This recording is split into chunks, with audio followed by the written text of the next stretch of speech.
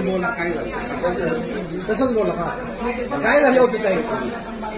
भाजपच्या युवा मोर्चाचे कार्यकर्ते असतील किंवा पुरुष पदाधिकारी असतील यांच्या घरी आया बहिणी नाहीयेत. त्यांनी त्यांच्या आईच्या पोटी जन्म घेतलेला नाहीये.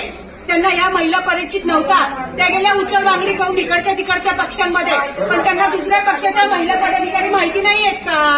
हा, त्यांनी त्यांच्यावरती दगडफेक केली. त्यांचे अक्षरशः काही महिलांचे कपडे फाडले पुरुषांनी फाडले. ही पुण्याची संस्कृती आहे का? आज छत्रपती शिवाजी महाराजांच्या आपण विचारांवरती चालतो. तुम्ही सुद्धा भाषणं करता भाजपाच्या लोकांना, तुम्ही पण ऐका. कुठल्या गोष्टींनी आपण पुढे चाललेलो आहोत? हा, जरा तरी माणुसकीच्या नात्याने तुम्ही लोकांबरोबर वागा. आज पोलीस प्रशासनाला ह्या सगळ्या गोष्टी माहिती असून सुद्धा त्यांनी दखल घेतलेली नाही. त्यांच्यावरती गुन्हे दाखल झाले पाहिजेत. माझी ही कळकळीची विनंती आहे डीसीपी साहेबांना की पोलीस तिथे असून सुद्धा त्यांनी कुठल्याही प्रकारची ऍक्शन घेतलेली नाहीये. भक्ती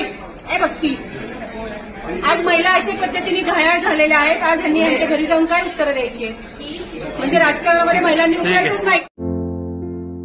आमच्या लोकजनसेवा चॅनलला लाईक करा, शेअर करा, सबस्क्राईब करा.